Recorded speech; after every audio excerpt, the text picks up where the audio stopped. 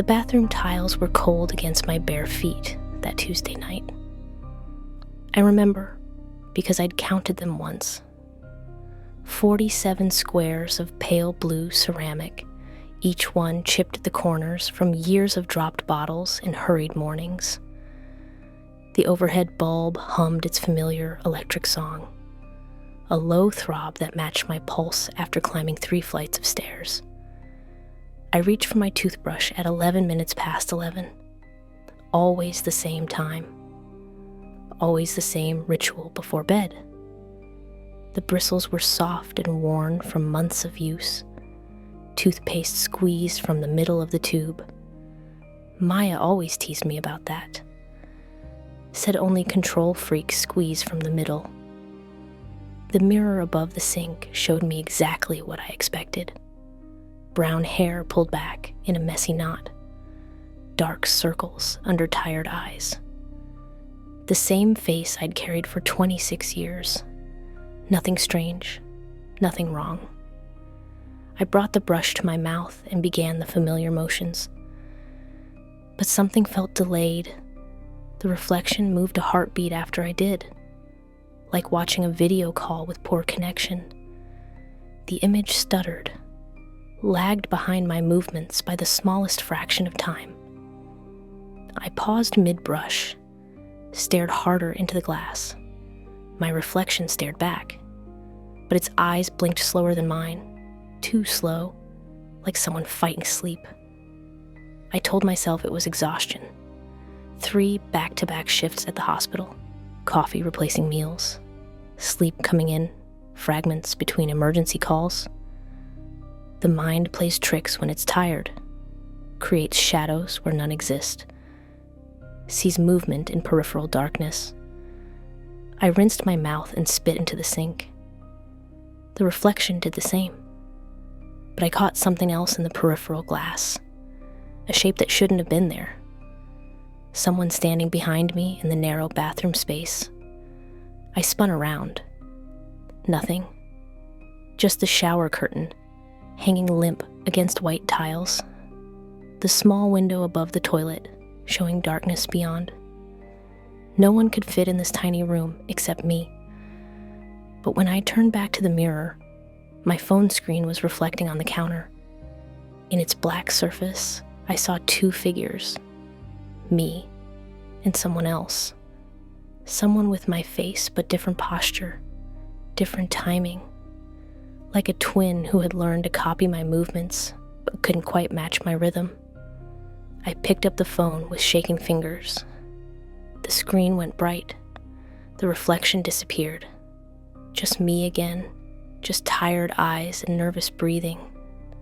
But I felt watched. The sensation crawled up my spine like cold water. Someone observing from a place I couldn't see. I touched the mirror surface. The glass felt warm under my palm.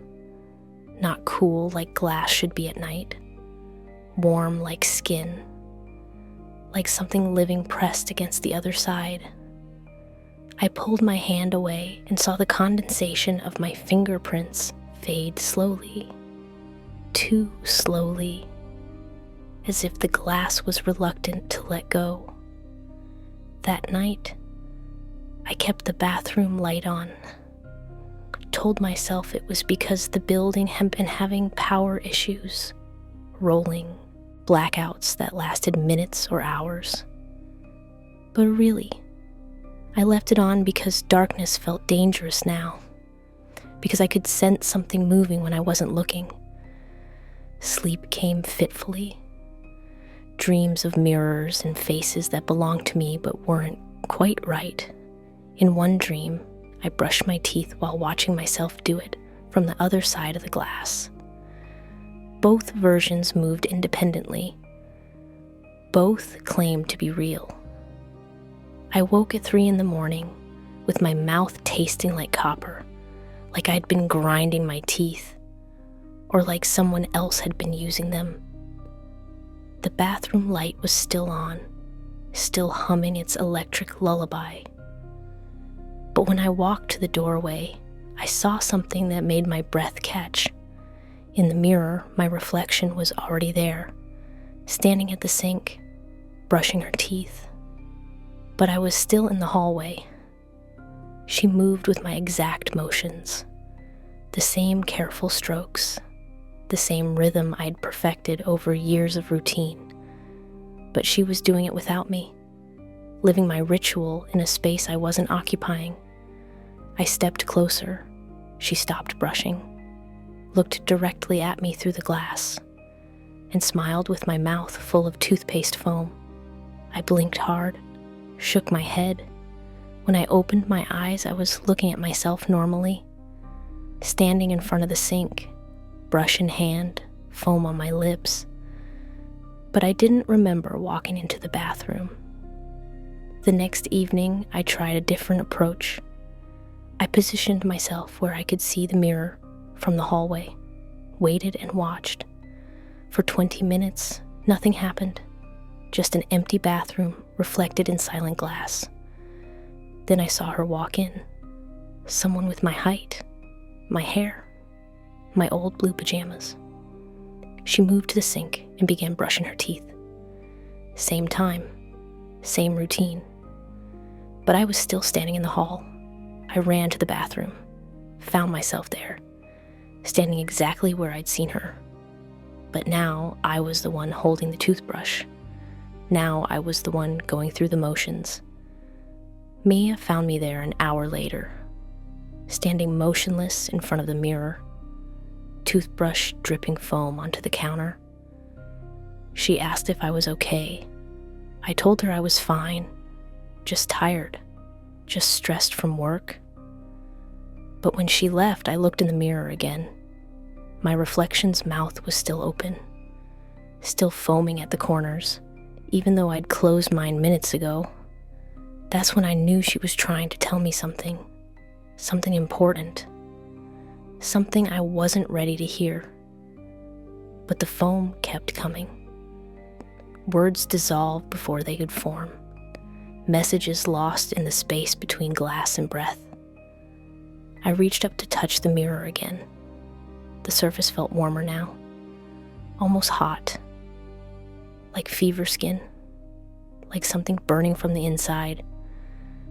The glass began to cloud with condensation that didn't come from the shower, moisture that appeared in patterns, almost like letters, almost like a language I should understand but had forgotten how to read.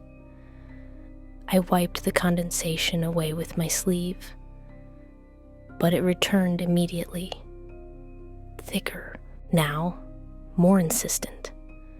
And underneath the moisture, I could see her face more clearly, my face, but with different intentions behind the eyes. She was beautiful in a way I'd never been, calmer, more certain, like she knew secrets about being me that I'd never learned, like she'd been practicing longer. Maya called through the door, asked if I was coming to bed. I wanted to answer, wanted to leave the bathroom and pretend everything was normal. But I couldn't look away from the mirror, because now my reflection was mouthing words, clear, deliberate, words that formed without sound, words I could read on my own lips. You buried me. The condensation faded. The mirror cleared. I saw myself again, normal, tired, confused, but the words lingered in my mind like an echo that wouldn't stop repeating. I turned off the light and walked to bed, but I felt her watching, even in darkness, even with my eyes closed. She was there, patient, waiting for something I didn't understand yet. The next morning, Maya mentioned that I'd been talking in my sleep, saying words she couldn't quite make out. Words that sounded like apologies, like confessions, like someone trying to explain something terrible they'd done.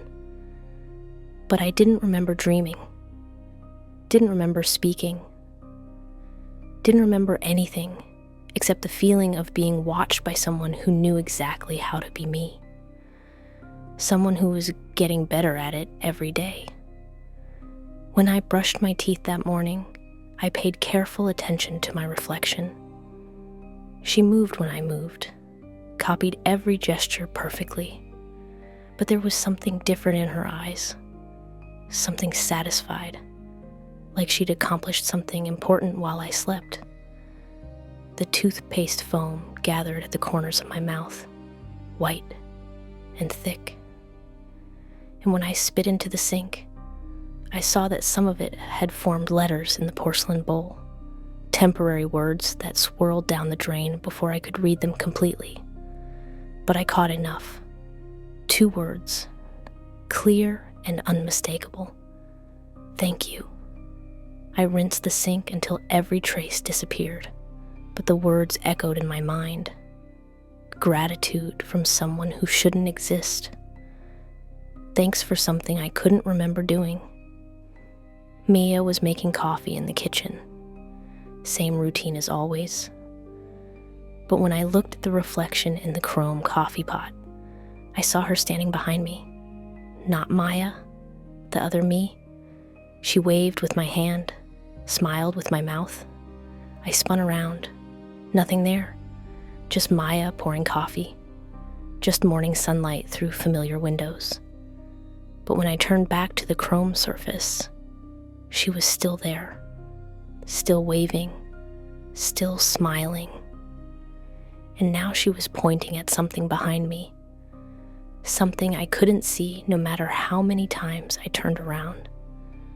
Mia handed me my coffee mug, asked if I was feeling all right, said I looked pale, distracted, like I was listening to something she couldn't hear.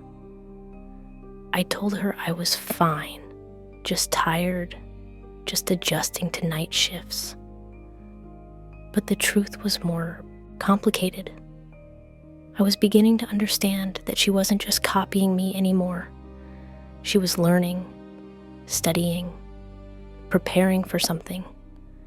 The coffee tasted bitter, wrong, like someone else had chosen the blend. Someone with slightly different preferences. Someone who took their coffee a little stronger, a little darker. Mia left for work. I watched her go through the window, but in the glass reflection, I saw someone else leaving too. Someone with Mia's walk, but different intentions. Someone who didn't look back. I spent the day avoiding mirrors, covering them with towels, turning away from reflective surfaces. But I could feel her anyway, present, waiting, growing stronger with each moment I refused to look. That evening, I decided to confront whatever was happening. I sat in front of the bathroom mirror for an hour, staring, waiting, watching for any sign of independent movement. Nothing happened. But when I finally stood to leave, I noticed something on the mirror surface. Fingerprints. Small smudges at exactly my height.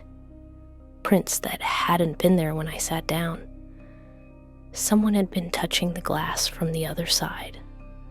Someone with hands exactly like mine. Someone who left traces of themselves in places I couldn't reach. I pressed my own fingers against the smudges. They matched perfectly. Same size, same patterns, same ridges and whorls. But mine were warm from blood and life. These felt cold, ancient, like they'd been waiting much longer than I had. The glass grew warmer under my touch, then hot, then burning. I pulled my hand away and saw the prints had changed. Now they spelled something, one word pressed into the condensation. Soon. I wiped the mirror clean, but the word returned. Darker now, more permanent, like it had been etched into the glass itself, like it had always been there, and I was just now learning to see it. That night, I woke to find every mirror in the apartment uncovered, the towels folded neatly at the foot of my bed, placed with care, with gratitude, like someone had tidied up after themselves. Mesa was still asleep beside me, but her breathing sounded different, slower, more controlled, like someone practicing how to breathe, someone who'd forgotten and had to relearn. I checked my phone. 3:37 in the morning. The screen showed my reflection clearly, but it also showed something else. Someone standing behind me in the bedroom. Someone who looked exactly like me but wasn't casting a shadow. I turned around. Nothing. Just Maya sleeping. Just darkness beyond the windows. But when I looked at the phone again, she was closer. Standing right behind me now. Close enough that I should feel her breath. Should sense her presence. Should hear her heartbeat. But I felt nothing except cold air. Cold that didn't belong in a heated apartment. Cold that came from somewhere deeper than weather. Somewhere that didn't understand warmth. She raised her hand to wave. I raised mine automatically. Mirror movements. Perfect synchronization. But hers moved first. Just barely. Just enough to let me know who was leading now. My hand felt strange. Heavy. Like it belonged to someone else. Like I was borrowing it from someone who knew better how to use it. I lowered my hand. She kept waving. For 3 full seconds, she continued the motion while my hand hung at my side. 3 seconds of independence. 3 seconds of being separate. 3 seconds of proof that she was no longer just a reflection. When she finally stopped waving, I felt something shift. Some boundary crossed. Some line erased. The phone screen went dark, but her image lingered, burned into my retinas, printed on the inside of my eyelids. Maya stirred in her sleep, mumbled something that sounded like my name. When I looked at her, her lips weren't moving. The voice came from somewhere else, somewhere behind me, where no one should be standing. I got up to check the bathroom mirror, needed to see if she was still there, still waiting, still practicing. But the mirror was empty, just my own tired face, just familiar features arranged in familiar patterns. Nothing strange, nothing wrong. Until I realized I wasn't standing in front of the mirror at all. I was still in bed, still lying next to Maya, still staring at my phone screen. But someone was in the bathroom. Someone using my face, living my routine, brushing their teeth with careful, practiced motions. I could hear the soft scrape of bristles against enamel, could smell the mint toothpaste, could sense the warm humidity of someone breathing in a small enclosed space. But I was still in bed, still watching, still trying to understand how I could be in 2 places at once. Maya's breathing changed rhythm, became lighter, more conscious, like she was pretending to sleep, like she was listening too. I wanted to ask if she heard it, the sounds from the bathroom, the evidence of someone living our routine without permission. But I was afraid of what she might say. Afraid she might hear nothing. Afraid she might hear everything. The brushing stopped. Water ran in the sink. Someone rinsing. Someone finishing. Someone completing my ritual while I lay paralyzed in bed. Then footsteps. Software careful. Coming closer. I closed my eyes. Pretended to sleep. Felt someone approach the bed. Someone who moved with my weight, my gait, my careful attention to creaking floorboards. The presence stopped beside me. I felt them looking down, studying, comparing, making sure they had everything right. Then the blanket shifted. Someone getting into bed, lying down in the exact space I occupied. Same position, same angle, same pressure against the mattress. But I was already there. For a moment, we existed in the same space, same person, same body, same heartbeat, but with different intentions, different memories, different understanding of what it meant to be me. Then Maya rolled over, reached across me. Her arm passed through something, through someone, through a version of me that felt solid but wasn't quite there. She mumbled my name again, but she was looking at the wrong place, speaking to someone who was occupying my space but not my existence. I lay perfectly still, afraid to move, afraid to breathe, afraid to prove that there were two of us now. Two people wearing the same identity, two versions of a life that could only support one. But I could feel her settling in, making herself comfortable, learning how to inhabit my space, how to use my body, how to be me better than I'd ever been. And slowly, carefully, I began to feel myself becoming less solid, less present, less real. Like I was the reflection now, like I was the copy, like she had always been the original, and I was just learning how to be a convincing imitation. Maya's breathing deepened, returned to sleep, but I heard someone else breathing too, someone lying in the exact same space, someone who knew exactly how I slept, how I dreamed, how I existed in unconscious hours, someone who was getting ready to live my life without me, someone who'd been practicing until they got every detail perfect, someone who understood that the best way to replace someone is to become them so completely that no one notices the difference. I felt myself fading, becoming transparent, becoming optional. And as consciousness slipped away, I heard her whisper something in my voice, words that sounded like a promise, like a threat, like someone finally ready to stop hiding. Your turn to watch. Morning came with the taste of copper in my mouth, blood from grinding teeth that weren't quite mine anymore. Maya was gone, her side of the bed cold, coffee brewing in the kitchen without anyone making it. I found her in the bathroom, standing at the sink. But something was wrong with her mouth. It hung open slightly, loose, like someone had forgotten to close it properly. "Mia?" I called. She turned, smiled, but her lips didn't meet. The smile stayed open, revealing teeth that looked too clean, too perfect, like they'd been polished by someone who cared more about appearance than function. "Good morning," she said, but her mouth kept moving after the words stopped. Silent syllables, phantom conversations with someone I couldn't see. I approached the mirror behind her. My reflection appeared normal, tired but present. But Maya's reflection was different.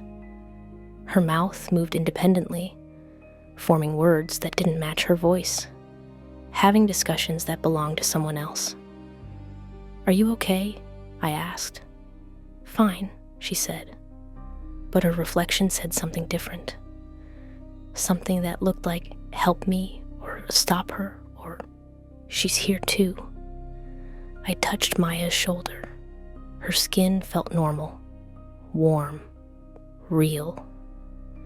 But when I looked in the mirror, my hand was touching someone else. Someone who looked like Maya, but moved with subtle wrongness. Like an actor who'd studied the role but never quite mastered it. Maya left for work, kissed me goodbye. But the kiss felt rehearsed, practiced, like someone remembering how affection was supposed to work.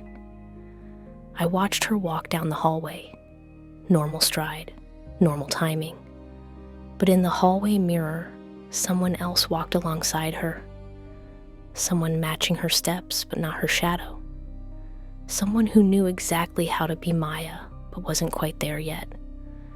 The apartment felt different after she left, emptier, but also more crowded.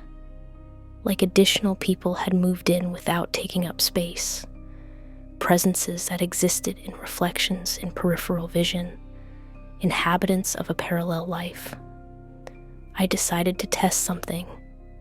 Stood in front of the bathroom mirror and opened my mouth wide. Held it open for 30 seconds. Watched my reflection carefully. She copied the motion perfectly. Opened when I opened. But when I closed my mouth, hers stayed open. For 5 full seconds, she maintained the position. Mouth gaping, waiting. Like she was trying to say something important, but had forgotten how words worked. Finally, she closed her mouth, but immediately opened it again, wider this time, like she was gasping, like she needed air from somewhere I couldn't provide. I opened my mouth to match hers. She closed hers. I closed mine. She opened hers. We developed a rhythm, a conversation in open mouths and silent breathing, communication without words. But I began to understand what she was trying to tell me. Each open mouth was a letter. Each pause was a space. Each breath was punctuation.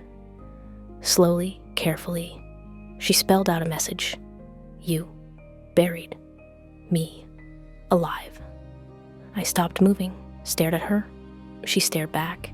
Her mouth finally closed, but her eyes held something new, something that looked like memory, like recognition, like someone remembering how they died. I left the bathroom, but I felt her watching. Even without mirrors, she was present, living in reflective surfaces I couldn't avoid, chrome fixtures, windows, the black screen of my phone, anywhere light could bounce back her image. That afternoon, Maya texted me from work. Normal messages, normal tone. But when I looked at the texts, they showed read receipts from 2 different devices, like someone else was reading our conversations. Someone who had access to messages meant for me. I called her. She answered on the second ring. Hey, she said. But I heard 2 voices, herein, and someone else saying the same word a split second later, an echo that came from the same throat, but different intentions. Maya, are you alone? Of course. Why? But in the background, I heard someone else breathing. Someone who breathed in when Maya breathed out. Someone sharing her air, but not her lungs. Can you look in a mirror for me? I asked. Silence. Then, why would you want me to do that?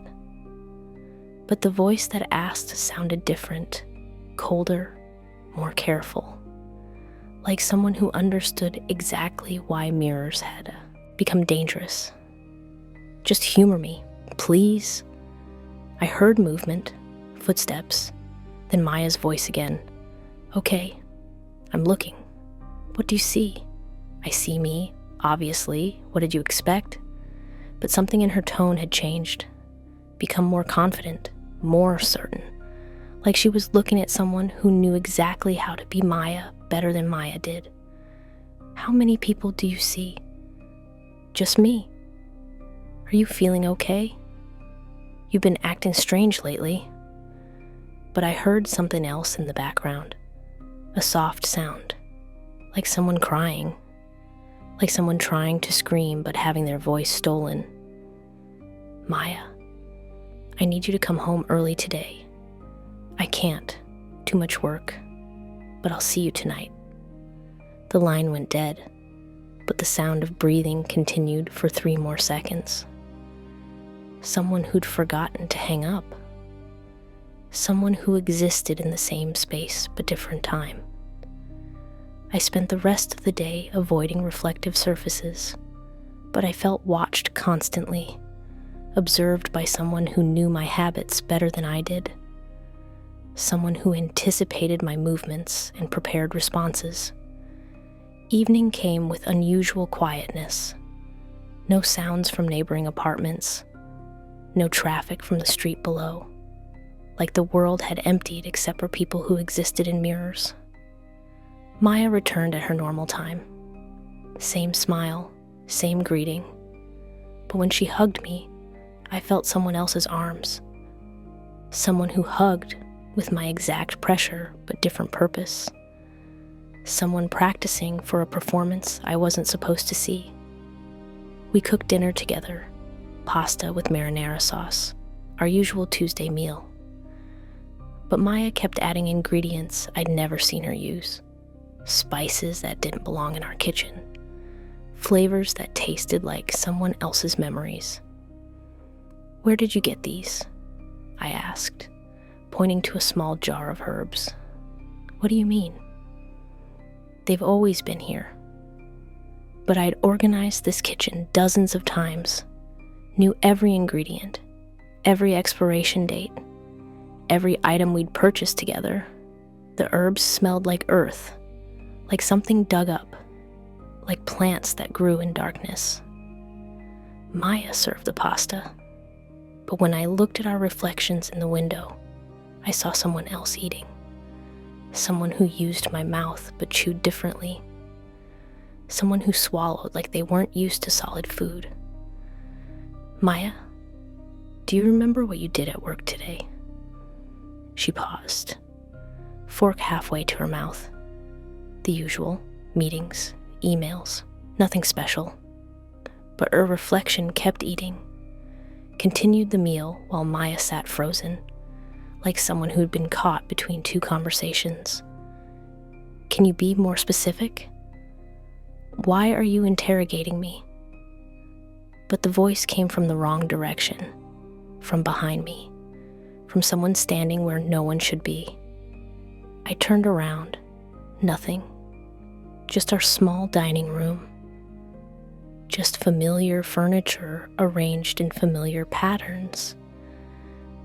But when I looked back at Maya, she was staring at her reflection in the window, having a silent conversation with someone who looked exactly like her but moved with different timing. Her reflection was shaking its head, pointing at me, forming words I couldn't hear but could read on lips that belonged to Maya but served someone else. "She's lying. She's not Maya. She doesn't know where Maya is." Maya stood abruptly. "I'm tired, going to bed early." But her reflection remained seated, continued eating, continued the meal that Maya had abandoned. I followed her to the bedroom. She undressed mechanically, same routine, same order. But each movement seemed practiced, rehearsed, like someone who'd watched these motions countless times and finally gotten permission to perform them. She climbed into bed, closed her eyes, began breathing with sleep rhythms. But I saw her reflection in the dresser mirror, still awake, still watching me, still wearing clothes that Maya had just removed.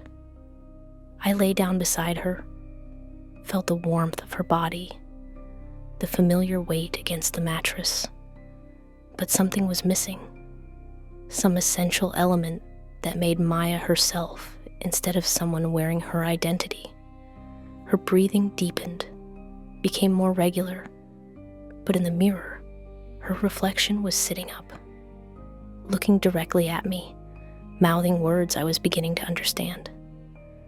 "She's gone. I'm here now. Your turn soon." I closed my eyes, tried to sleep, but I felt someone watching, someone who existed in the space between glass and reality. Someone who'd learned that the best way to replace people was to become them so gradually that no one noticed the difference. Maya's hand found mine under the covers, squeezed gently. The same pressure she'd used for 4 years, the same affection we'd shared through countless nights.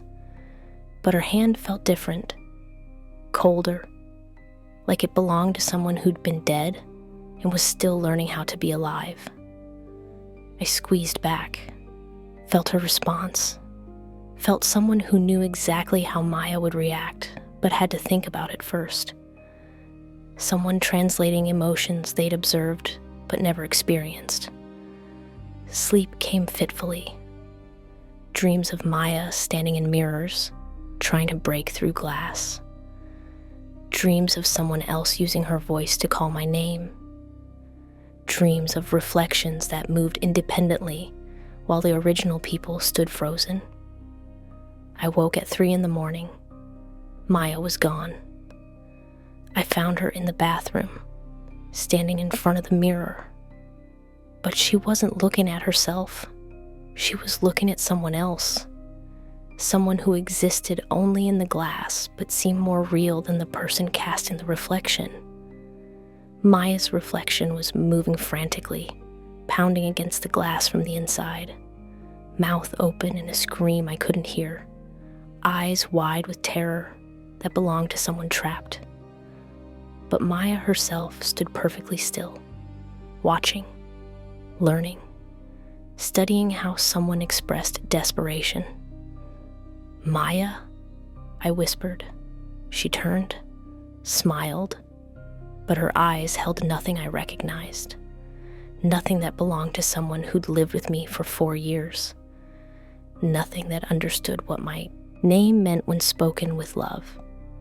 "Go back to bed," she said, but the voice carried no affection, no familiarity, like someone reading lines from a script they'd memorized but never understood.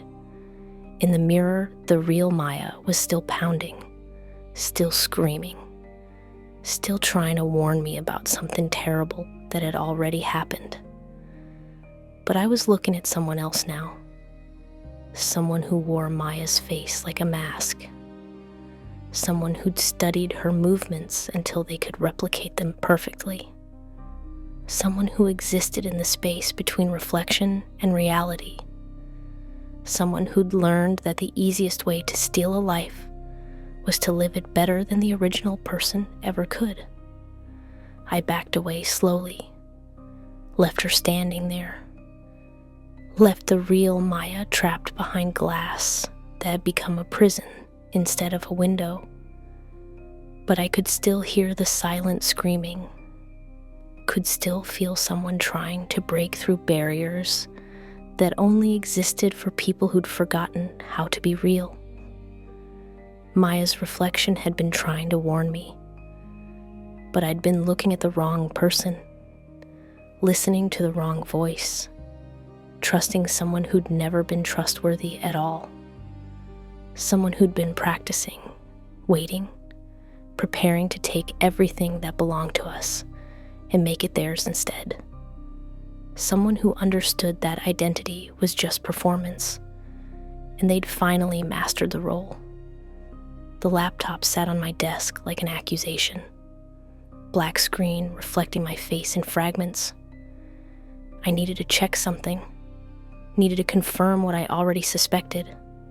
I opened it, entered my password, the same combination I'd used for 3 years, 8 characters, 2 numbers, 1 symbol. Password incorrect. I tried again. Slower this time. More careful. Same result. The screen offered a password hint. What you buried in the garden. But I'd never buried anything in any garden. We lived in an apartment, 3rd floor. No yard. No soil. No place to hide things that needed staying hidden. I clicked forgot password. The system asked for my email address. I typed it carefully, exactly as I'd created it 5 years ago. Email not found. But this was my laptop, my account, my digital life stored in circuits and memory chips. How could it not recognize me? I tried the face recognition, stared into the camera, held perfectly still. Let the green light scan features I'd inherited from my mother and refined over 26 years of living. Face not recognized. I moved closer, tried different angles, different lighting. The camera saw me clearly, recorded my image with perfect clarity. But something was wrong with what it captured. I took a screenshot of the login screen. The image showed someone else sitting at my desk. Someone who looked like me but held their head differently. Someone who breathed with different rhythm. someone who existed in digital space but not physical reality. The face in the image was more confident, more certain, like someone who'd never questioned their right to exist, never wondered if they were real or just convincing copies. I tried creating a new account, same email address, same personal information. The system accepted everything, welcomed me like a new user, like someone who'd never existed in their database before. But when I logged in, all my files were there. Photos, documents, emails dating back years. A complete digital history that belonged to me, but was owned by someone else. I opened my photo gallery. Thousands of images. My life documented in casual snapshots and careful compositions. But the metadata was wrong. Dates I didn't remember. Locations I'd never visited. Events I'd never experienced.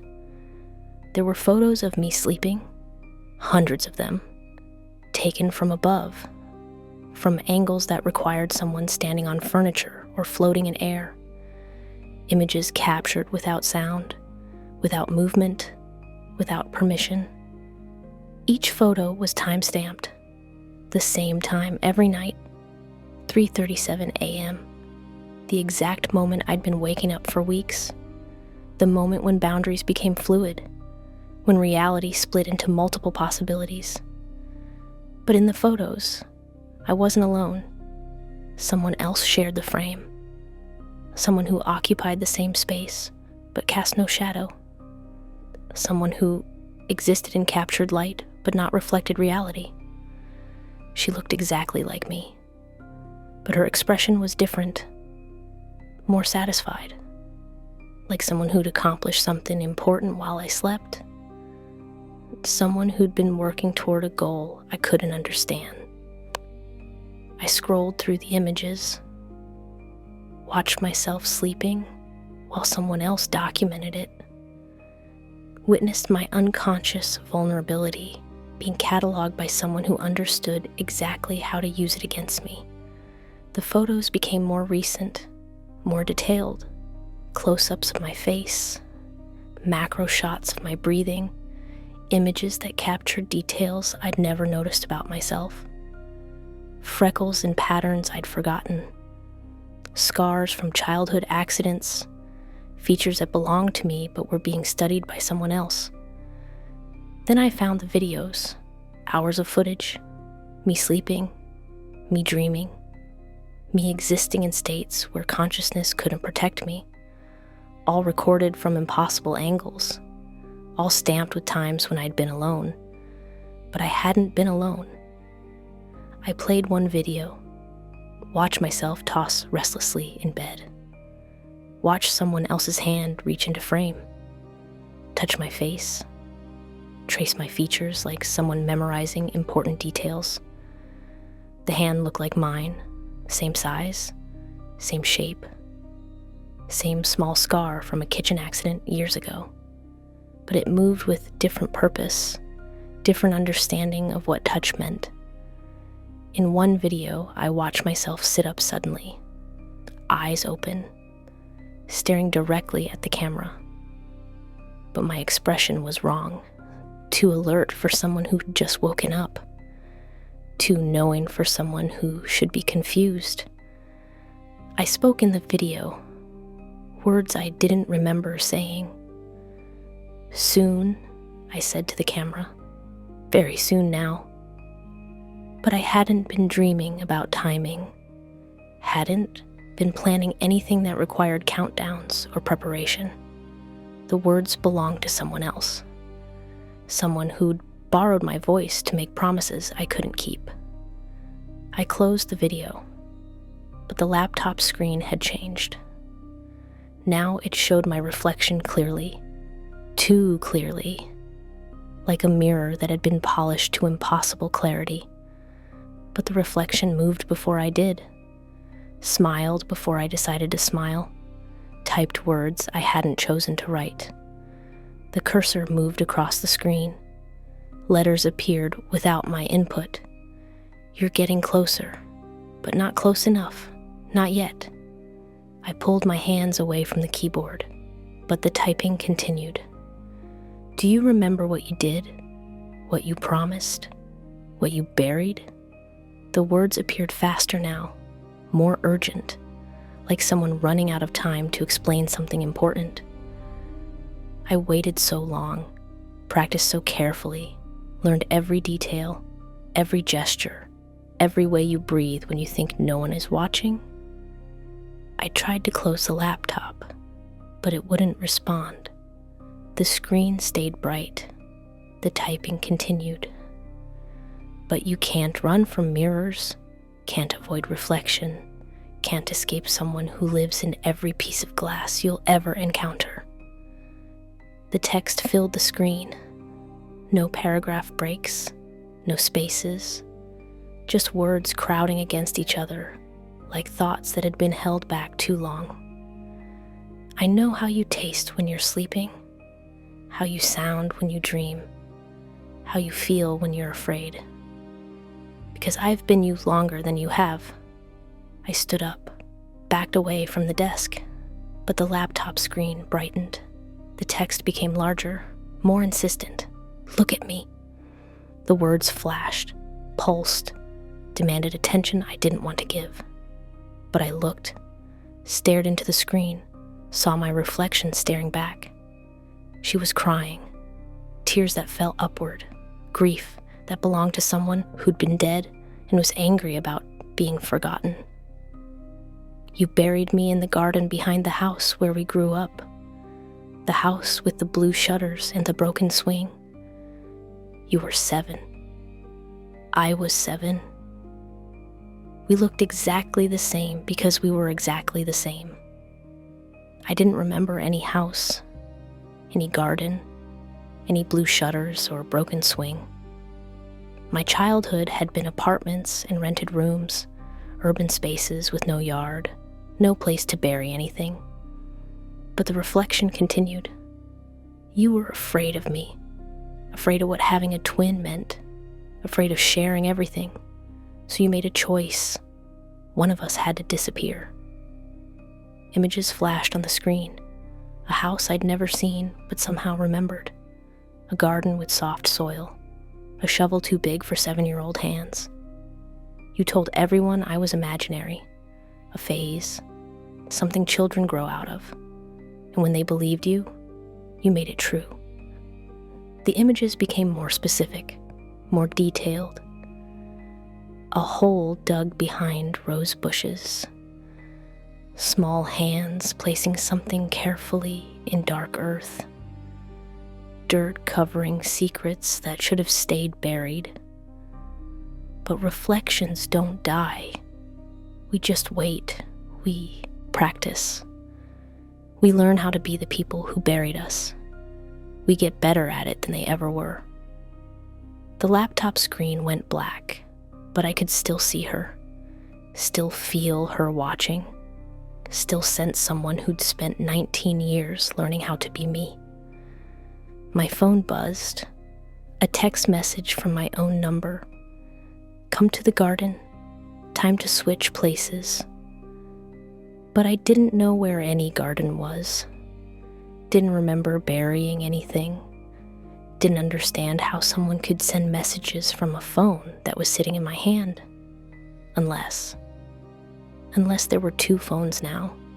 2 of everything. 2 versions of a life that could only support one person.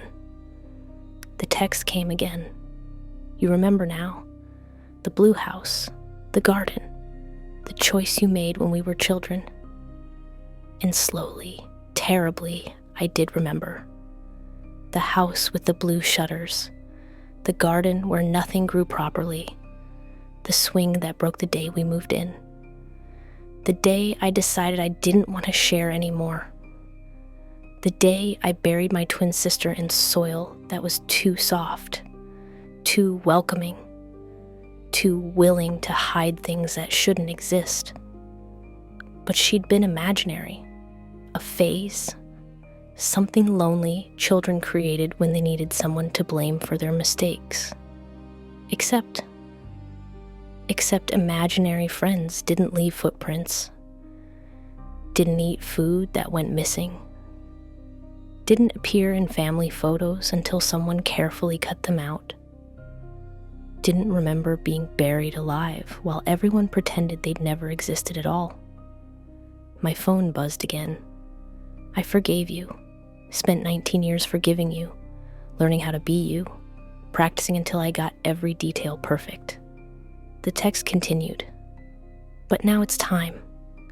Time for you to be the imaginary one. Time for you to live in mirrors and wait your turn. The apartment felt different, smaller, like walls were closing in, like space was being shared with someone who took up exactly as much room as I did. I looked around, searched for mirrors, found them covered with towels, sheets, anything that would block reflection. But I'd covered them hours ago, before Maya left, before the laptop, before I remembered what I'd spent 19 years trying to forget. Someone else had uncovered them. Someone who needed mirrors to exist. Someone who lived in glass and waited for opportunities to step through. The bathroom mirror showed her clearly now, standing exactly where I stood, wearing exactly what I wore, but moving with subtle differences, small improvements, refinements made by someone who'd had 19 years to perfect their performance. She raised her hand. I felt my hand rise automatically. Mirror movements. Perfect synchronization. But each smiled first. Decided to be happy before I could choose the emotion. Led instead of followed. And I realized she'd been leading for weeks, maybe months. Maybe since the first night she'd appeared in my reflection, and I'd convinced myself it was just exhaustion. She'd been getting stronger, more present, more real, while I'd been getting weaker, more transparent, more imaginary, more like someone who existed only in other people's memories, someone who could be forgotten, someone who could be buried in gardens that nobody visited anymore. Maya's voice called from the bedroom, but it sounded different, more confident, like someone who had stopped pretending to be someone else. "Come to bed," she called. "Time to sleep." But Maya didn't live here anymore. Maya was trapped in mirrors, trying to break through the glass that had become a prison. Someone else was using her voice. Someone who'd learned how to be Maya better than Maya had ever managed. Someone who understood that the best way to steal a life was to live it so perfectly that everyone preferred the copy to the original. I walked toward the bedroom, felt myself becoming less solid with each step, less present, less real. The person in the mirror walked alongside me, same pace, same destination, but she cast a shadow while I no longer could. She was becoming more human while I became more reflection, more memory, more imaginary. By the time I reached the bedroom, she was the one opening the door. I was just watching, just witnessing someone else live my life. Maya sat on the bed, but it wasn't Maya. It was someone who'd learned her expressions, her mannerisms, her way of existing in space. She looked at me, but she was looking at someone else, someone who stood exactly where I stood, but was more visible, more convincing, more real than I'd ever been. "Ready?" she asked. But the question wasn't for me. It was for someone who'd been practicing this moment for 19 years. Someone who'd waited patiently for permission to stop being imaginary. I tried to speak, tried to say my name, tried to prove I still existed, but no sound came. Just silence. Just the quiet that belonged to people who'd been forgotten. People who existed only in mirrors and memories and the space between what was real and what people wanted to believe. The woman on the bed smiled. The woman in the mirror smiled back. And I became someone who watched from glass. Someone who knocked on surfaces that couldn't be broken. Someone who existed only when other people needed someone to blame for things they'd done but couldn't remember. Someone imaginary. Someone buried. Someone who'd finally learned what it felt like to be the reflection instead of the person casting it. She sat down in my place, used my body, lived my life, and I became her. The twin who'd been buried. The imaginary friend who'd never stopped being real. The one who lived in mirrors and waited for her turn to be human again. My turn was over. Hers had finally begun. And in the morning, no one would remember that there had ever been two of us at all.